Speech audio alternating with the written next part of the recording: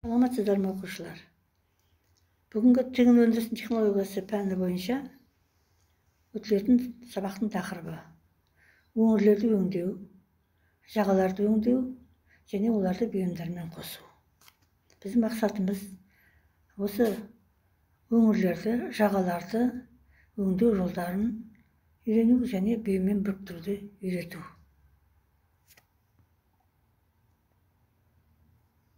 Алдыңкы бой менен буюмдун сырткы түрүнө байланыштуу болот. Өңүрлөрдө өң растлар менен жүрмөгөндөн кийин оң жана сол жак алдыңкы бой сүрөттү бузбай симметриялык болуу тийиз.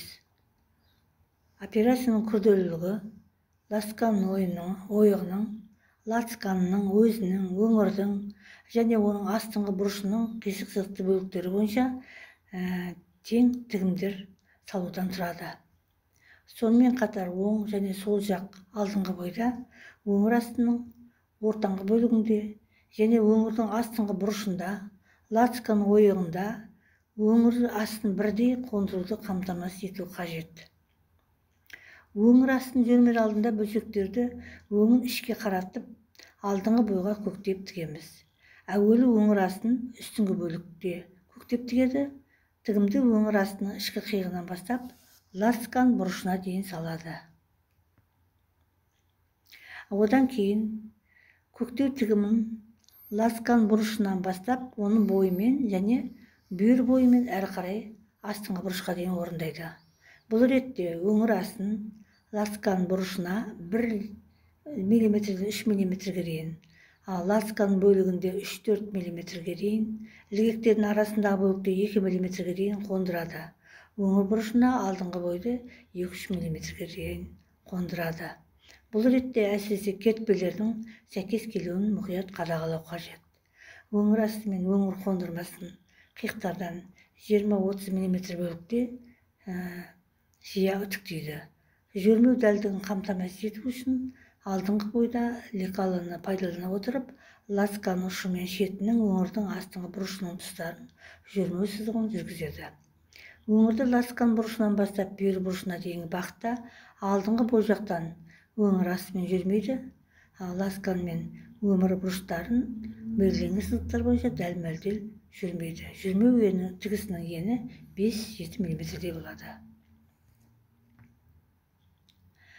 Жагаларды өңдөө және оларды буюм менен бириктирүүдү калай орундалады? Міне осы маселени карастырайык. Көйлөктөр менен айыл жейделеринин жагалары туташ пишилген, яғни астыңкы жага менен бирге пишилген, эки бөлүктүү және жалаң кабат жага болуу мүмкүн. Оларды ичинде анагулум кең тараганы, олардын ичинде эң кең тараган түрү тиктемесиз кайырмалуу жага және тиктемелүү туташ пишилген жага, тик жагалар, сондай-ак кайырма жагалар, аралаш пишинди, яғни күрдөөлүү пишинди жагалар болуп табылат. Енді биздин карастырайын деп аткан туташ жаганы өңдөө жолдары. Туташ жаганы өңдөө жаганын ортасынан эки бүктөйдү, кыйыктарын теңештире отуруп, өң жагын ичине карата салып, және учтарын жөрмөп тигеді. Тигиз ени 0,5-тен 0,7 см-ге дейин. Егер үстүңкү жага астыңкысынан бөлөк пишилген болса, онда астыңкы жага менен бирге өң жагын ичине каратып саламыз. Кыйыктарын теңештиремиз. Учтары менен жиектери боюнча үстүңкү жаганы буруштары менен дөңгөлөнүп келген тусунда энгизип жөрмөп тигебиз. Тигиздин ени 0,5-0,7 см болот. Буруштарындагы тигиз кыйыктарынан 0,2-0,13 см кошумча калтырып отуруп, далдеп кыябыз. Мына сүрөттө кайырма жагалардын түрлөрү көрсөтүлгөн. Тик жага, кайырма жагалар, сүйөр бурушту, тик бурушту деген сыяктуу тик жагалы. Яғни жиектер күрделүү жагалардын ийректүү тигистеринин кыйыктарынын бүгүлгөн жерлеринде кертпелерди тигизге 0,1-0,2 см жеткирбей кыркабыз, жаганы оң жагына айландырабыз. Буруштары менен тигистерин түзөтүп, және астыңкы жага жагынан үстіңгі жағадан нені 0,1 0,2 сантиметрдей шеттік жасай отырып баса үтіктейміз. Жағаның мойын оңдысымен біріктірген кезде әдіптің көмегімен үстіңгі жағынан тіктемесінің қиығы бойынша қиықтан 0,5 0,7 сантиметр қашықтықта, астыңғы жағаға қарағанда үстіңгі жағаны 0,1 0,3 сантиметрге дейін бос жібере отырып тігіс жүргіземіз. Енді екі бөліктерден тұратын жағаны өңдеу жолдарын қарастырайық. Тұтас жаға сияқты жағаның әрбір бөлігін бөлек өңдейміз. Жағаның өңделген бөліктердің өңделген тұстарын түйістіріп салынады. Қолмен тігеді, немесе жиегінен 0,15 сантиметрге қашықтықта машина тігіс арқылы бекітеді. Суретті көріп отырғандарыңыздай. Енді алынатын сәндік жағаны өңдеу жолдарын қарастырайық. Алынатын сәндік жағаның үстіңгі жағасы астыңғысымен тұтас пішілген, немесе астыңғысынан бөлек пішілген бөлінген болуы мүмкін.